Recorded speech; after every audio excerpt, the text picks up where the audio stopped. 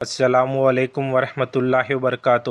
پیارے ناظرین، امید کرتا ہوں آپ سب خیر و عافیت سے ہوں گے۔ عالم برزخ کا بیان۔ دنیا اور آخرت کے بیچ ایک اور عالم ہے جس کو برزخ کہتے ہیں۔ مرنے کے بعد اور قیامت سے پہلے تمام انسانوں اور جنوں کو اپنے اپنے مرتبے کے لحاظ سے برزخ میں رہنا ہوتا ہے، اور یہ عالم اس دنیا سے بہت بڑا ہے۔ دنیا برزخ کے مقابلے میں ایسی ہے جیسے ماں کے پیٹ میں بچہ۔ برزخ میں کوئی آرام سے ہے اور کوئی تکلیف سے۔ عقیدہ ہر ایک کے لیے موت کا دن اور وقت مقرر ہے۔ جس کے جتنی زندگی ہے اس میں کمی بشی نہیں ہو سکتی۔ جب زندگی کے دن پورے ہو جاتے ہیں اس وقت حضرت عزرائیل علیہ السلام روح قبض کرنے کے لیے آتے ہیں۔ اس وقت اس آدمی کو اس کے دائیں بائیں ہر طرف اور جہاں تک نما کام کرتی ہے فرشتے دکھائی دیتے ہیں۔ مسلمان کے آس پاس رحمتیں کے فرشتے ہوتے ہیں اور کافر کے داہنے بائیں عذاب کے فرشتے ہوتے ہیں۔ اس وقت ہر ایک پر اسلام کی حقانیت سورج سے زیادہ روشن ہو جاتی ہے۔ اس وقت اگر کوئی کافر ایمان لانا چاہے تو اس کا ایمان نہیں مانا جائے گا، کیونکہ وہ اسلام کی حقانیت دیکھ کر ایمان لانا چاہتا ہے، اور حکم ایمان بالغیب کا ہے، یعنی بے دیکھے ایمان لانے کا، اور اب غیب یعنی بنا دیکھے نہ رہا، لہٰذا ایمان قبول نہیں۔ عقیدہ مرنے کے بعد بھی روح کا رشتہ انسان کے بدن کے ساتھ باقی رہتا ہے۔ روح اگرچہ بدن سے الگ ہو گئی مگر بدن پر جو بیتیں گی روح کو پتہ ہوگا، اور روح پر اس کا اثر ضرور پڑے گا۔ جیسا کہ دنیا میں جب بدن کا اثر روح پر ہوتا ہے اسی طرح یا اس سے بھی زیادہ مرنے کے بعد ہوتا ہے۔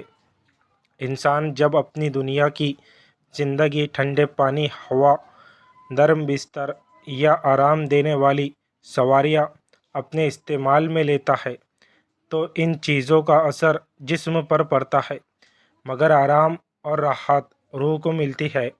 ایسے ہی جب انسان گرم پانی، گرم ہوا، سخت بستر اور تکلیف دینے والی سواریوں کو استعمال میں لاتا ہے تو ان کی گرمی اور سختی کا اثر انسان کے جسم پر پڑتا ہے، لیکن تکلیف روح کو ہوتی ہے۔ لیکن جو چیز انسان کے جسم پر اثر کر رہی ہے روح کے آرام اور تکلیف کا سبب بنتی ہے۔ روح کی تکلیف اور آرام انہی سبب پر موقوف نہیں، بلکہ کچھ ایسے سبب بھی ہے جن کا انسان کے جسم سے کوئی تعلق نہیں، جیسے کہ کبھی انسانی روح کو خوشی ہوتی ہے اور کبھی غم، اور ظاہر ہے کہ ان چیزوں کا تعلق انسانی جسم سے کچھ بھی نہیں، بلکہ روح کے لیے آرام اور تکلیف کی یہ اسباب الگ سے ہے۔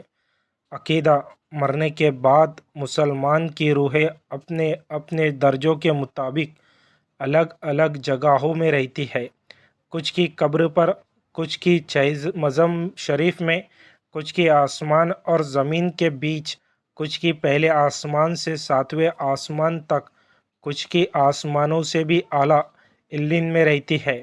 مگر یہ روحیں جہاں کہیں بھی رہے ان کا اپنے جسم سے رشتہ اسی طرح برابر قائم رہتا ہے۔ جو لوگ ان کے قبروں پر جاتے ہیں ان کو وہ پہچان لیتے ہیں اور ان کی باتیں سنتے ہیں، اور روح کے دیکھنے کے لیے یہی ضروری نہیں کہ روحیں اپنے قبروں سے ہی دیکھے، بلکہ حدیث شریف میں روح کی مثال اس طرح ہے کہ ایک چڑیا پہلے پنجرے میں بند تھی اور اب اسے چھوڑ دیا گیا۔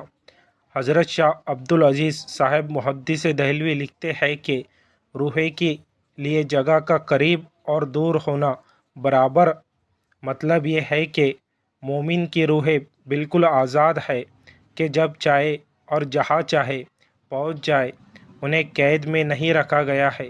کافروں کی خبیث روحوں کا یہ حال ہے کہ کچھ کی ان کے مرگٹ یا قبر پر رہتی ہے اور کچھ کو چاہیے۔ برہوت میں یمن میں ایک نالہ ہے جس کا نام چاہے برہوت ہے۔ کچھ کی روحیں پہلی، دوسری، ساتویں زمین کے تک اور کچھ کی ان کے بھی نیچے سجین میں رہتی ہے، اور وہ بھی جہاں کہیں ہو، جو ان کی قبریں یا مرکٹ پر جائے، اسے دیکھتے، پہچانتی اور باتیں سنتی ہے۔ انہیں آنے جانے کا اختیار نہیں، کیونکہ وہ قید میں ہے۔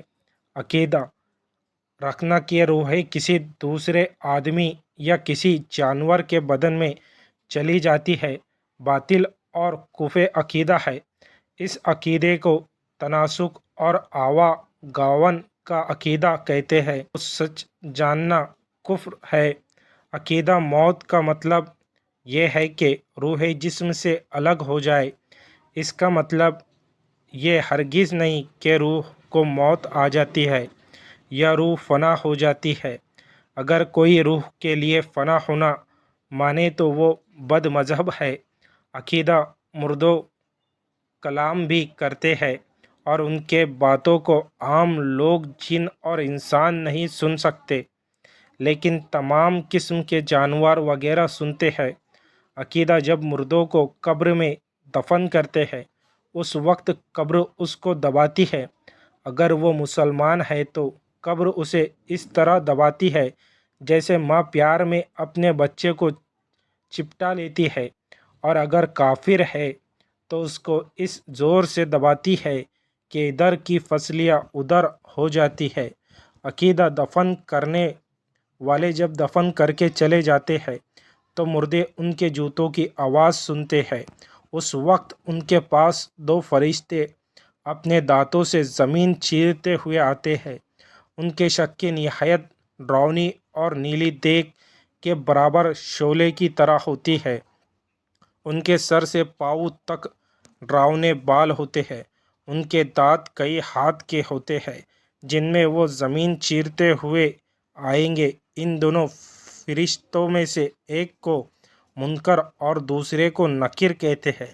یہ فرشتے مردوں کو جھنجھوڑ کر اٹھاتے ہیں اور بہت سختی کے ساتھ سخت آواز میں مردوں سے سوال کرتے ہیں۔